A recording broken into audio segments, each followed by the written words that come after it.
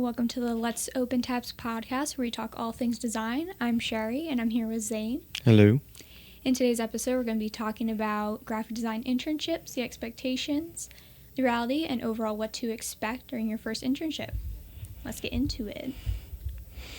So, obviously we talked before that like Cassus Media was basically your first choice. It was my first choice and was really my only hope for getting an internship closer down to where I live at.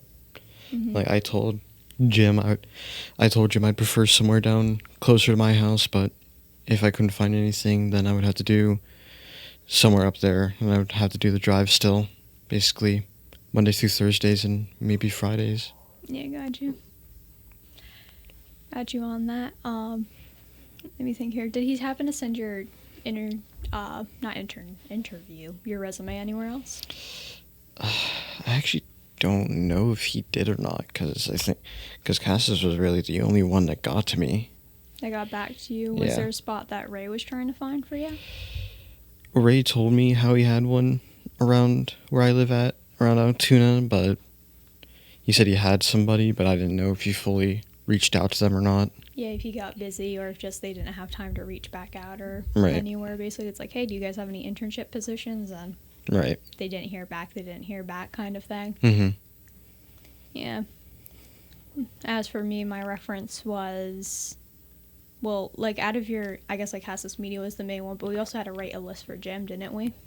Didn't you have like any other local ones, or you're just like, just Cassus Media, just please? I know the people here kind of thing. You could make a list?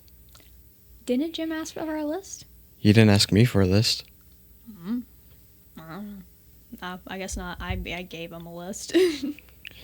Which was basically just like Cassus Media, Penn State, I think Hershey, just to see, but I also understood that they probably didn't do remote work or anything like that. And plus, when I checked their website for any internships, they didn't have any like design-related positions, just like marketing, which like not that I couldn't do hypothetically, but yeah, I wouldn't really count that. And then one more, Penn State. Oh, and Sheets, because I think Sheets would be a really nice company to work for. I forgot Sheets does that sometimes too, because I know don't they change their truck design a lot? I think so. It's one of their like more iconic things is how decorative their petrol or gasoline trucks can come around, basically. I also just really like their branding. Like personally, it's something I feel like really caters to me with how they play around with multimedia and like their brand voice per se, where they're kind of like on the nose with putting like swearing adjacents on their stuff, like with the sheets, schnuggets, all that good stuff. Yeah, and I mean, I don't know how internship wise it's gonna work for the GA down here in Altoona. Oh yeah. I don't hate you guys. No, I love you, Jim and Ray. Just saying what it is. They have their set list that they stick to. Yeah, they're just mainly focused on places in State College because they don't get many students like us that are like an hour away. And even if even some people who did, they would either live in an apartment for during that time. I know for Lewistown people, they still gotta drive a bit, even though it's like, I want to say like 40 minutes compared to like the 50 or so minutes we have. It's like 55 to an hour for me. It depends on the weather and traffic. Because I don't know, what is your distance? I would want to say it's about the same as you. It's typically like 55 minutes to an hour, depending how fast I go on the highway. Maybe shorter, but we won't say numbers that way you don't get on the list. But that's how it is. But yeah, for my internship, those are the places that I chose, and they're like, oh, we always try to reach out to Sheets, but they never get back to us. So then they just sent my resume out to Impressions, Penn State, and then Cassus a little bit afterwards. Had an interview with Impressions. That was a good interview. My only, a good start to the interview is that the minute I left, I realized I forgot my portfolio, so I had to drive back to school and pick it up. So how far were you before you realized? Not very far. I think I literally drove up to the light I would have just left it. I'm not gonna lie. No, I can't literally show up and be like, okay, let's see your work, and be like, all I have are sketches, because I had all my sketchbooks with me. Oh, well, like, for the internship, yeah, I would go to it. I thought you were talking about, like, you just left it at the school and you wanted to grab it just to take home. No, I mean, like, on my way to my impressions. Okay, sorry. That makes more my sense. portfolio book. That makes more sense. God, no, I wouldn't leave it then. Yeah, which was kind of a say on how my organization was, which was a big thing for impressions, was how your organization is with how they have their file system set up there. Would you say they're more business oriented compared to here? I would say I think it's just because of, like, the clientele that they have and everything. I can't say for certain since it's Sandra who's working there currently, but it seems like, I want to say it's similar to here, but also just, like, I know from what I understand, those ladies like to be very organized, but they also can't be, and nothing against, I guess I shouldn't say. Yeah. They like to be organized, but of course not staying organized is a very difficult thing to do. Right. Yeah, anyone can fall into that, myself included. I mean, like, Cassus here is definitely more laid back. Like, look at me. I'm wearing sweatpants right now. Yeah, and I have big old ripped jeans. Yeah, like, more like business-focused graphic design jobs wouldn't allow this or anything. Possibly. They're definitely, like, more business casual for sure. Yeah. Where it's like, oh, you have, like, maybe not a pantsuit, but again, just, like, nice pants. Like, if I had to wear jeans, like, I guess I'll wear jeans, but I don't like wearing jeans. No, that's fair. I actually almost came in today with PJ pants just because how cold it was this morning. Oh, and yeah. I decided against it. But overall, for, like, expectations, I guess, since we've landed at Cassus Media, you expected basically the same as usual. I expected what to come because I knew Rachel, and she's working here, and I know Jude pretty well because we went to the same CTC together, and I knew him for like 2 years there. He was just a grade below me. Yeah, like 2 of those people were your classmates already. So like I essentially knew almost half of the people here. But I mean, what was your expectation like? My expectation, I think with any place, even if I'm told that, like, oh, it's going to be casual, it's going to be chill, I still build it up in my head that I'm like, but what if I'm too casual, though? I don't want to treat like I don't care, basically. You don't want to give, like, that resting bitch face? I think that might happen anyway. I'm not someone who, when working, is just, like, perpetually smiling. I can't do that, not even when I was working at Pizza Hut. Oh, yeah, whenever I work, people always think I'm pissed just because of the way I look at people sometimes when... It's like, I'll give them a little smirk, but it's like, I'm not going to smile at you the whole time. Yeah. Like... The best you get from me is, like, a small, like, chuckle. Yeah. But you're in retail, so... Or a print job for retail. Retail print job. Yeah. As much as I talk bad about it a lot, I love the people there that I work with. They're all very nice. And they at least have the same humor as me, thankfully. I guess rather than expectations for, like, the environment at Cassus, like, I guess expectations we had with each of our jobs. So, like, you, for example, like, you're kind of, like, obviously you have the Cassus Media intern, specifically that position, right. And you're just, like, helping out Rachel with stuff. Yeah, like, I'm helping Rachel out right now with getting statics and carousels on Instagram, mainly posted out for 2 companies that I'm working on. One's a hospice and one's just like a house siding work, sometimes inside work, depending on what they do. But besides that, I've just mainly been working on the podcast I've been trying to balance them both out, but now that we're officially getting the podcast out, and I just need to edit everything down, and then we can fully start uploading weekly, hopefully. Yeah. Is it going to be like, again, I don't know the ins and outs of the podcast, is it going to be like 1 or 2 times a week? That, it might depend on just like who we would have.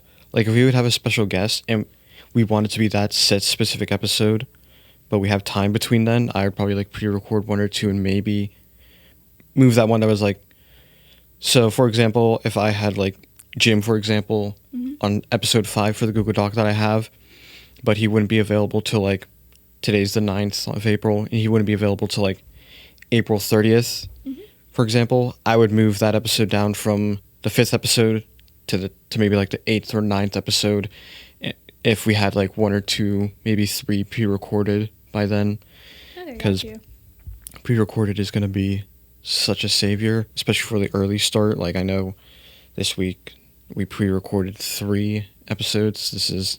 This counting as one of them. Yeah, that's typically, I feel like the rule of thumb with podcasts is that they record quite a few, and depending how long it is, it just depends like what the work schedule is, because for I shouldn't say a lot of them, but it's like a subsection of something bigger that they're doing.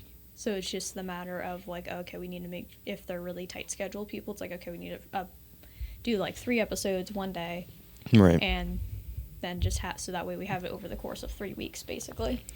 Yeah, because I know some podcasts are like, they'll record on Thursdays and then upload on Tuesdays. I know some podcasts do that. But, I mean, besides what I do, what do you do? I work on socials for various accounts, basically. More specifically, Andre's account and everything. Currently, I guess if we're saying expectations, I think so far everything's been meeting expectations. Right. I think more so it's just trying to figure out how long something takes, because sometimes I think a video is going to take a lot less time than it's going to, especially since social media can be deceptively simple looking. Yeah. Outside, where it's like, oh, that's just a simple B-roll post with like a text thing over it. But actually it's, for a lot of them, they'd use the same video across like multiple different, multiple times within the same day through like trial reels, basically, just to see like what wording works best with the SEO.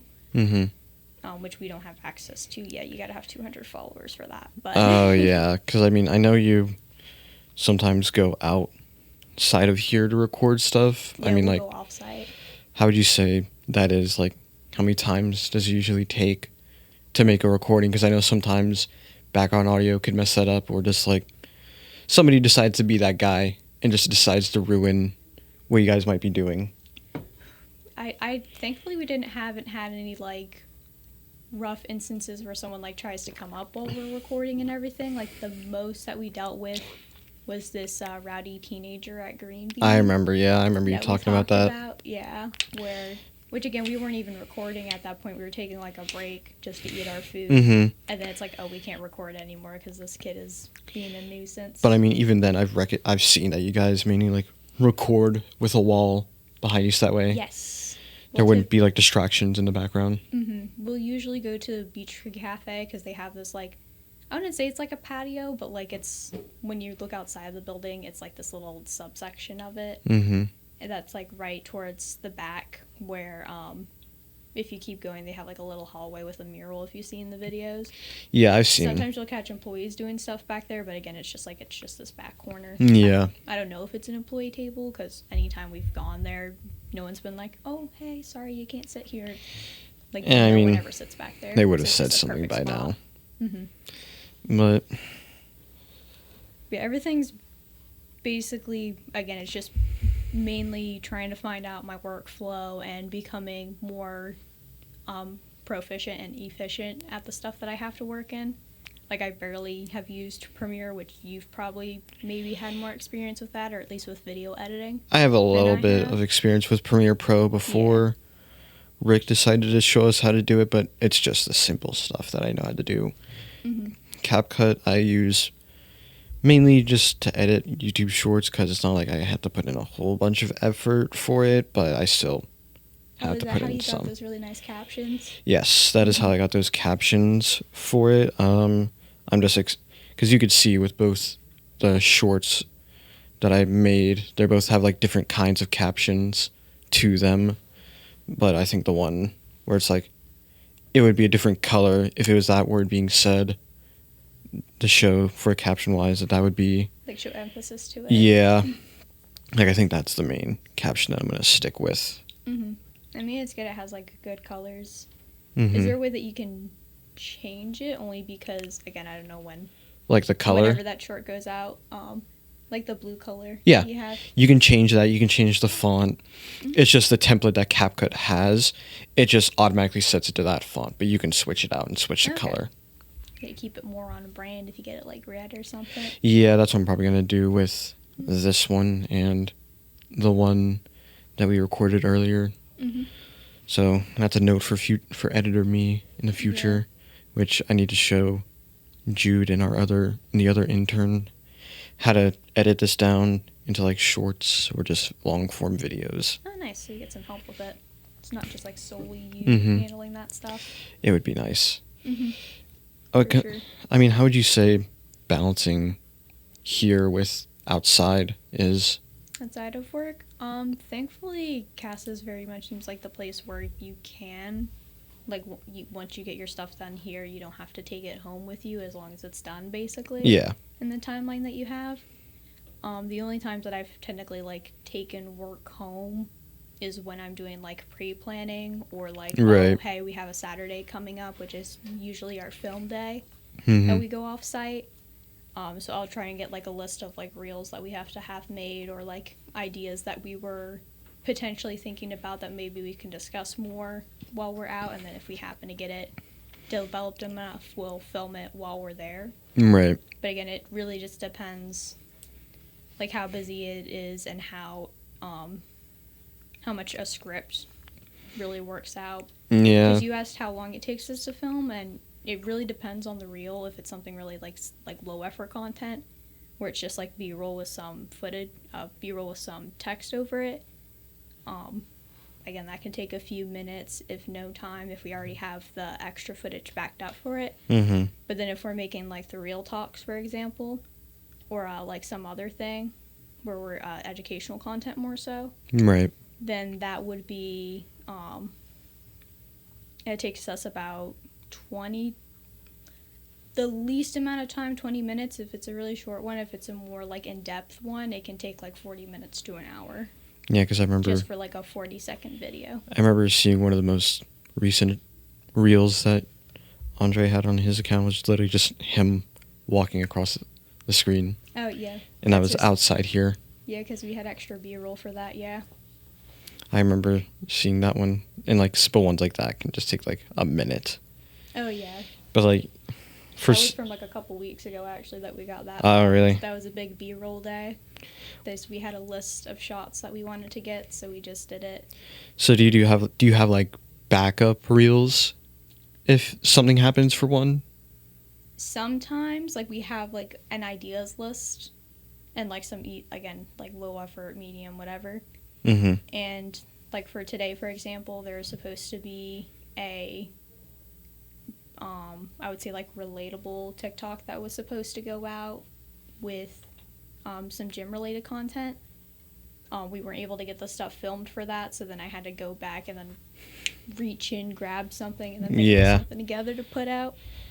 But usually I have like a backup because we have at least like trying to get into a format where it's like, okay, 3 posts, 1 high effort one medium effort, or if it's like a carousel, and then 1 low effort one, basically. Yeah, because I know you said whenever we would be in Jim's room, you would say how you wanted to upload at least like 3 videos a day.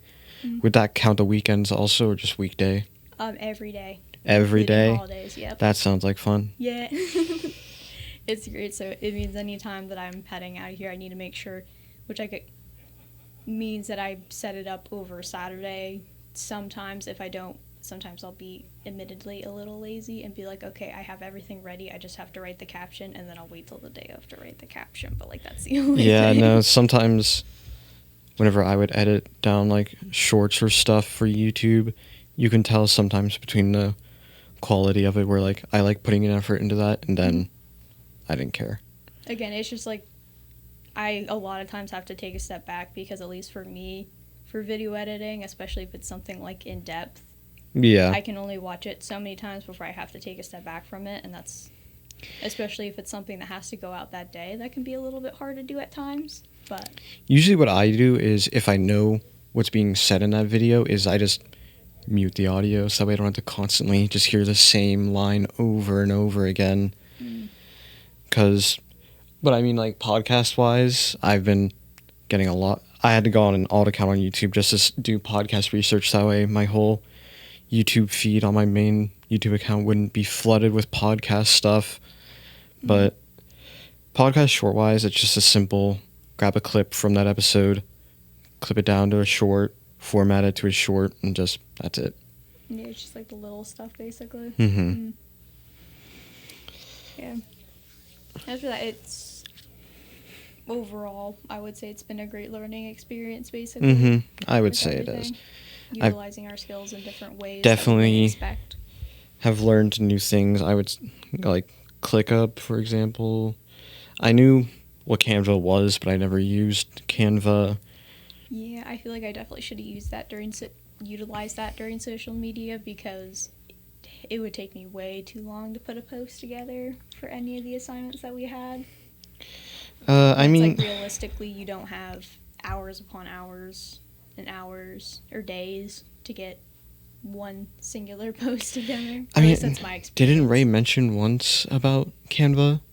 Maybe, but again, I didn't. I guess, like, I had my set work process, so the idea of trying to try something out. He might have mentioned it as, like, being like, Ray, don't quote me on this if you're watching this. Yeah. But he might have mentioned it as, like, a resource that some people use for social media marketing. But, because I remember him mentioning Canva, I'm pretty sure. Yeah, I know that Kaylee would utilize Canva for a lot of her I remember her saying that. Because I think, again, they have, like, the set templates, which is really helpful. For me, I was initially doing, like, the 1:1 ratio where it's the squares, but since it's moved on to the 3:4 for stuff, that's what I have to work in now. Right. But that's really handy that they just have that in Canva where it's like, oh, this is for an Instagram post, this is for a TikTok post, this is for this post, and basically. I mean, I think Adobe does, like, you can, I think, set up presets is what I found. They should. Like, have the ratios for it, yeah. Yeah. I didn't know that. There's some, like, little stuff about each Adobe program that admittedly... Yeah, like, each Adobe program is unique. Like, I know some people say Adobe InDesign is very difficult to use, but it's not hard for me. I don't get why some people say it's difficult. It's the same thing if you open, like, After Effects. Like, of course, After Effects is a different beast of its own. Oh, yeah. Where it's just there's so much UI, and that when you first look at it, it's like, I don't even know what I'm supposed to use first. So it's just like learning, oh, this is this tool, this is for this is for that. Then you learn a bit more. Yeah, but I also think because we went to CTC, we knew the programs. Just, of course, like After Effects and all those other ones we didn't really know. It was just mainly Photoshop, Illustrator, and InDesign. Yeah, because Spar isn't really, like, a video edit. Like, that would be more so on, like, the digital media. Right. Which was the other class. They handle that kind of stuff a bit more than we did. Because, like, Photoshop... Photoshop is, like, what I'm using for thumbnail-wise. Like, that's what I'll have to use for these thumbnails here. Like, I have ideas on what I want to do, but I just need to figure out how to execute them. Yeah, I just used Photoshop today for a cover image for our reel today, even though it's just, like, really simple, because, I don't know, you can do cover images within the native app itself, like through TikTok or whatever, like they have that preset image thing, but you have to do that natively. But if I wanted to put it through Rella, I have to make an image myself, which is more of a positive than a negative, because that way I can make it more with the brand colors and the specific fonts that we need. Right.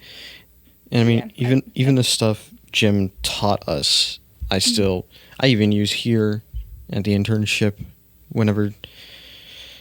sometimes whenever I would make either a thumbnail for something or for here, like I've done like practice thumbnails for this podcast, but I haven't officially fully started one yet, which I want to try soon. Yeah. But what Jim has taught us, I've definitely used here at the internship. Yeah, for sure. Having to utilize like concept development, even though admittedly I haven't been doing the amount of concept development that I should have, but I'm also putting out 3 posts a day. So it's like there's only so much time for pre-planning that I more so spend just trying to optimize everything so that way when a video does go out, it can do as well as it can, basically. Yeah, I get that. I get that a lot. Especially with our last two. I mean, when you help with like putting out the static posts and like carousels and stuff like that, do you happen to see like how well they do? Do you ever check up on that, even though that's not like your forte here? Like check up how, like when they're posted, or check out like if how many interactions they have, like, or I guess impressions is the word, impressions they have. So far the ones that I have worked on, they're ones that like would be pre-prepared for the next month. Like right now I'm working on ones for May. I should check for the ones that I did for this month, because I did do 12 for this month. So I'm pretty sure, I think I saw one of them like a couple of days ago, actually, now that I think about it. Yeah. Because we do them on Canva as well, because they're much easier to fully set up and have them ready to post. Because whenever you set up like a page document on like Illustrator or InDesign, it can be very messy depending on how further you are for making like statics or carousels. Yeah, exactly. Again, I can only speak so much on that because it's mainly reels that we're putting out right now, but I don't want to say like we're still keeping to the reels, but it seems like carousels are becoming more of a thing now on Instagram, so we might take a shift to that, right? How things run. But those definitely take a bit more time for me, especially if you have to make it from scratch. Like I know some people use carousels as like a hold the dots down here and then move them for like it to be an animation. Like what?